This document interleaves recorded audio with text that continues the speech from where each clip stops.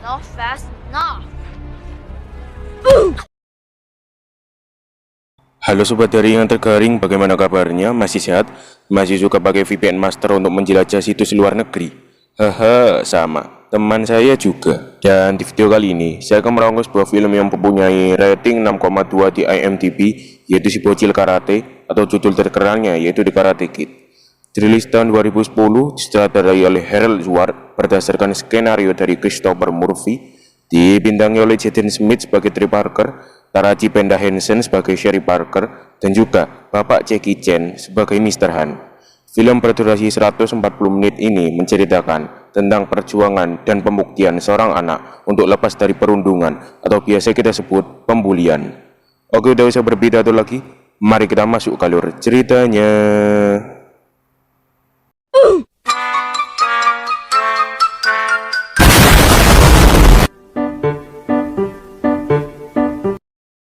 Berlatar belakang di tahun 2010 di Detroit, Amerika Serikat, cerita akan berfokus pada seorang anak berumur 12 tahun bernama Trey Parker yang sedang bersiap-siap untuk pindah ke Beijing, Cina bersama ibunya, Sherry Parker, karena alasan pekerjaan di sana. Selepas berpamitan dengan teman dan sanak saudara, mereka pun pergi ke bandara menaiki pesawat untuk pergi ke Cina.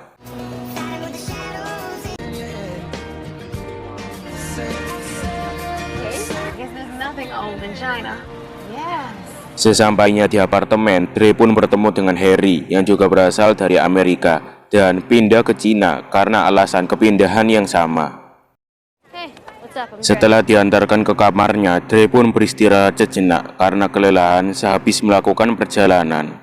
Namun tak lama, Sherry Parker atau ibunya menyuruh Trey untuk pergi ke tukang reparasi yang bernama Mr. Han untuk memperbaiki saluran air yang rusak di kamar mandi mereka. Sesampainya di tempat Mr. Han, Trey pun melaporkan segala sesuatunya tentang tidak keluarnya air panas di kamar mandinya. Namun Mr. Han memberikan respon yang berbeda, yaitu tidak menghiraukan Trey dan justru lebih mempedulikan lalat yang mengganggu makan siangnya. Berpikir urusannya dengan Mr. Han sudah selesai, Trey pun memutuskan untuk pergi ke taman untuk bermain-main sejenak. Setibanya dia di sana, dia pun bertemu dengan seorang gadis cantik yang bernama Mei Ying yang sedang berada di kursi taman untuk berlatih biola. Trey yang merasa ingin diperhatikan oleh Mei pun segera melakukan sesuatu yang dapat menarik perhatiannya, seperti berbuat konyol di depannya.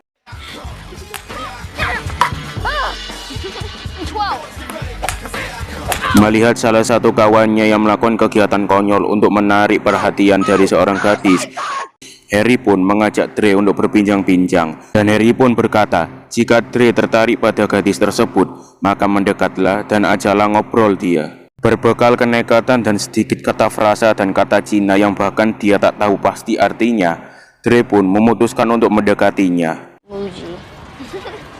What are you listening to? Wow, you like that, huh? Wait. Trey pun akhirnya dapat akrab dengannya. Namun tak lama muncul seorang anak yang tiba-tiba mengganggu dan langsung mendorong Trey. Anak itu pun bernama Cheng. Dia bisa dibilang saudara dari Mei, bisa juga dibilang kerabat. Tapi yang pasti, orang tua Mei dan orang tua Cheng sangat dekat. Trey yang merasa direndahkan pun memilih untuk memukul Cheng. Namun nahasnya, Cheng ternyata menguasai ilmu bela diri yang mumpuni, dan hal itu justru membuat Trey tepar tak berdaya dibuatnya.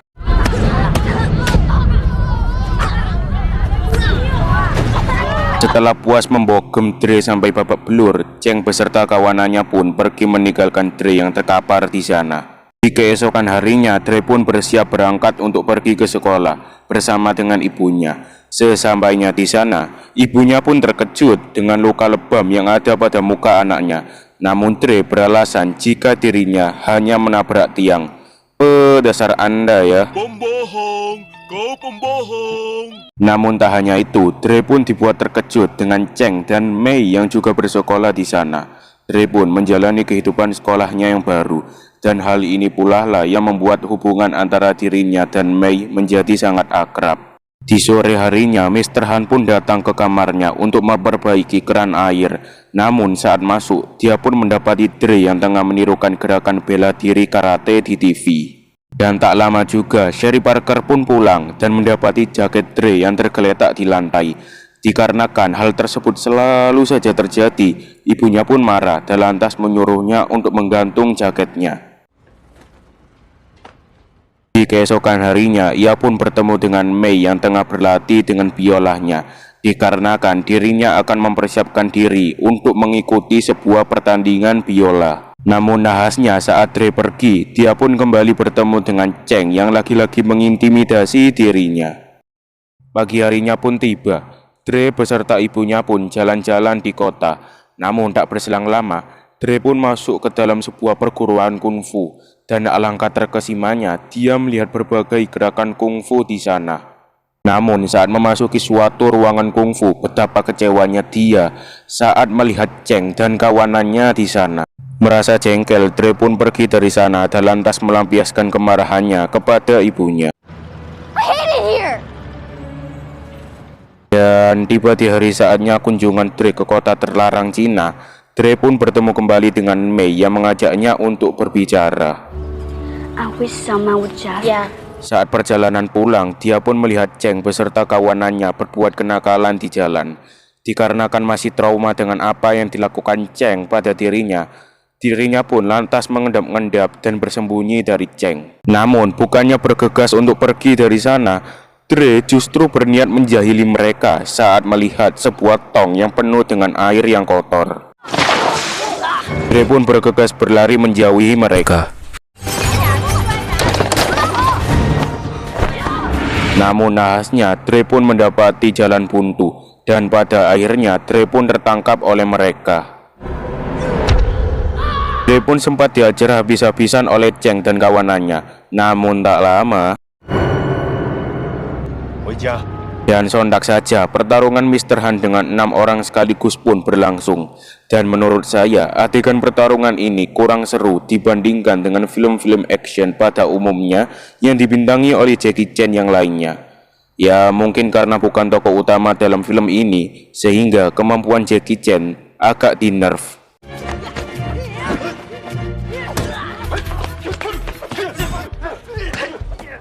Setelah itu, Dre pun dibawa ke rumah Mr. Han untuk diobati menggunakan pengobatan Cina kuno, yaitu menggunakan bola lampu.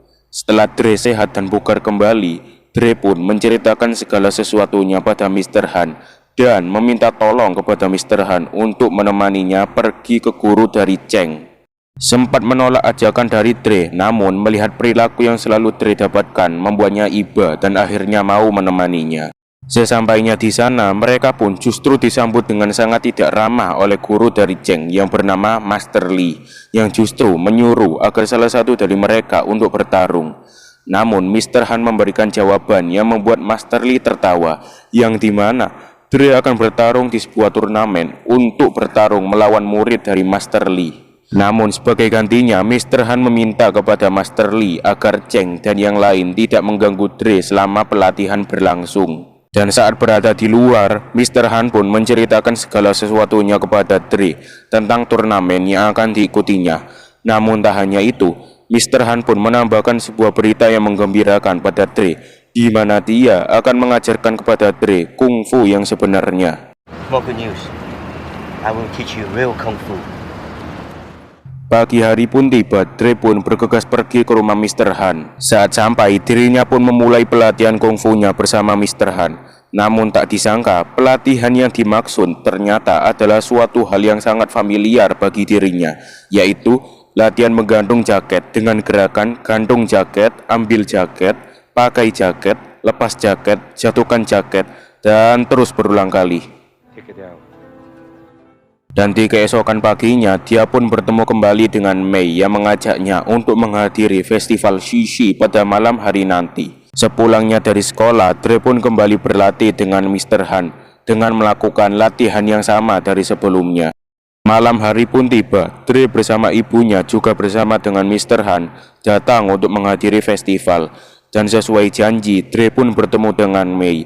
Lalu dia memberikan sebuah hadiah, yaitu memberikan CD atau kaset kepada Mei yang berisi kumpulan musik biola.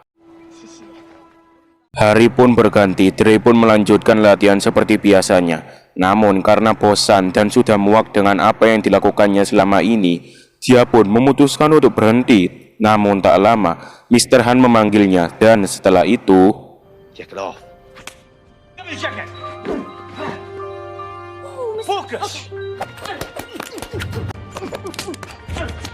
dan ya, terjawablah sudah jika semua hal yang telah dilakukannya merupakan semua bagian dari kungfu, karena kungfu hidup di dalam semua hal yang dilakukan oleh manusia.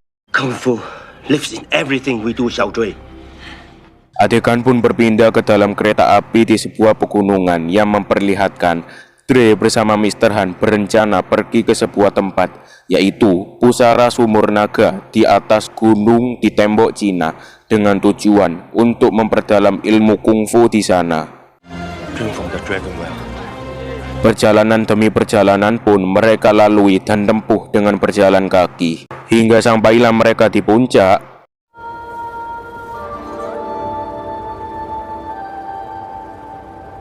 Dre pun melihat seorang wanita yang sedang menirukan gerakan dari ular kobra. Setelah itu, Dre dan Mr. Han pun akhirnya sampai ke Pusara Sumur Naga.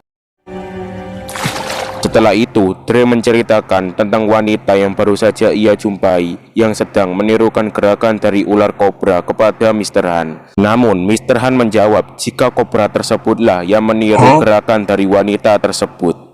Dre pun sempat keheranan dengan jawaban yang baru saja diberikan oleh Mr. Han. Namun, Mr. Han lantas memberikan sebuah teori kepadanya. Now, what was like still water? Quiet, calm. Mereka pun melanjutkan pelatihannya di sana. Ji, around you. I kind of just want to learn the cobra thing. Cobra. Hari demi hari pun mereka habiskan waktu mereka untuk berlatih.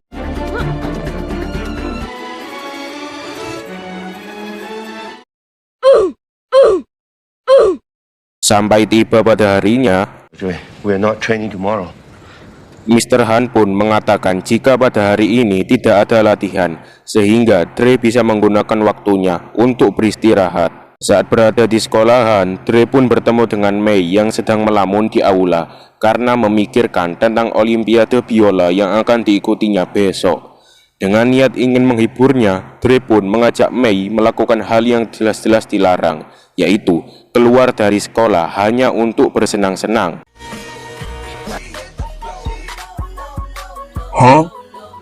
Setelah selesai bermain, mereka pun berbincang-bincang. Namun tiba-tiba, Mei ditelepon oleh ayahnya mengenai olimpiadenya ternyata dimajukan hari ini dan akan dimulai dalam 20 menit lagi. Dengan dijemput oleh ayahnya, Mei pun bergegas pergi dari sana. Demikian juga dengan Dre. Singkat cerita, Mei pun akhirnya tiba dan ia pun bergegas naik ke atas panggung untuk mementaskan pertunjukannya. Setelah pertunjukan selesai, Mei beserta orang tuanya pun menghampiri Dre untuk mengatakan sesuatu kepadanya. We can no longer be friends. You are bad for my life.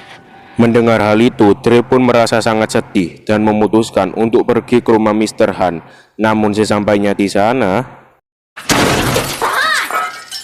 dan ia pun mendapati Mr. Han yang tengah menghancurkan mobilnya sendiri. Dre pun menanyakan hal tersebut kepada Mr. Han, dan ternyata hal yang baru saja dilakukannya memiliki hubungan dengan masa lalu yang dimiliki oleh Mr. Han, di mana dulu Mr. Han memiliki seorang anak dan istri yang kini telah meninggal karena kecelakaan mobil di sebuah bukit, dan Mr. Han merasa sangat bersalah akan hal itu karena sejatinya dirinya lah yang menyetir mobil tersebut saat kecelakaan tersebut berlangsung. Dre yang tidak ingin Mr. Han sedih dan larut dalam rasa bersalah terus-menerus memutuskan untuk menghiburnya dengan mengajaknya berlatih bersamanya.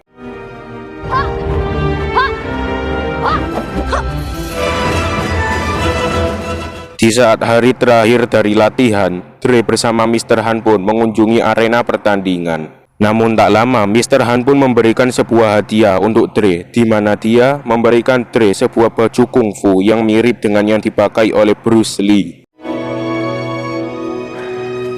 Sepulangnya dari sana, Dre pun pergi ke rumah Mei untuk mengucapkan sepatah kata padanya dan kepada orang tuanya. 叫 Dre Parker， 我的行为对您机会，我把真正的朋友 Mendengar hal itu, ayahnya Mei pun memberikan jawaban, yang dimana mereka akan selalu menepati janji yang telah mereka buat, dan berharap optimis bahwa Dre akan bisa menang. Dre yang mendengar hal itu pun lantas merasa sangat bersemangat. Dan harinya pun akhirnya tiba, yaitu hari di mana Dre akan menghadapi pertandingan kungfunya. Saat pertandingan pertamanya, Dre pun merasa gugup sampai-sampai dia hampir saja terdiskualifikasi karena berulang kali melanggar aturan. Namun setelah beberapa saat, dan ya, Dre pun akhirnya percaya dengan kemampuannya.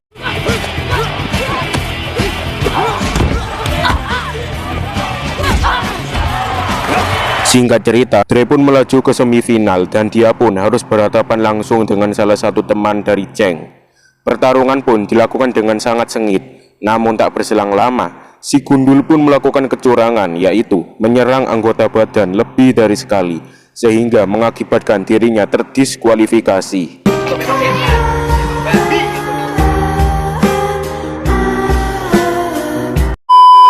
Dre yang kesakitan pun dibawa ke ruangan medis dan berdasarkan keterangan dari dokter, sebaiknya Dre memilih berhenti dari turnamen ini. Namun Dre justru meminta pada Mr. Han untuk segera mengobati dirinya dengan alasan tekad dan semangat pantang menyerah yang sudah bulat. Karena merasa iba, akhirnya Mr. Han pun bersedia untuk mengobatinya sehingga Dre dapat melanjutkan pertandingannya ke babak final.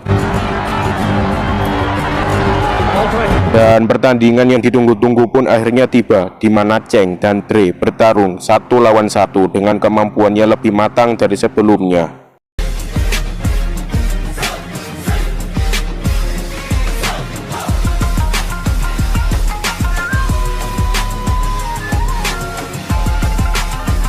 Pertarungan pun sempat berakhir seri, hingga sampai akhirnya Cheng melakukan suatu kecurangan, yaitu melakukan tendangan pada kaki Dre yang jelas-jelas belum pulih sepenuhnya. Namun dengan semangat pantang menyerah yang berkobar-kobar, Dre akhirnya memilih untuk bangkit dan melakukan suatu gerakan yang cukup epik.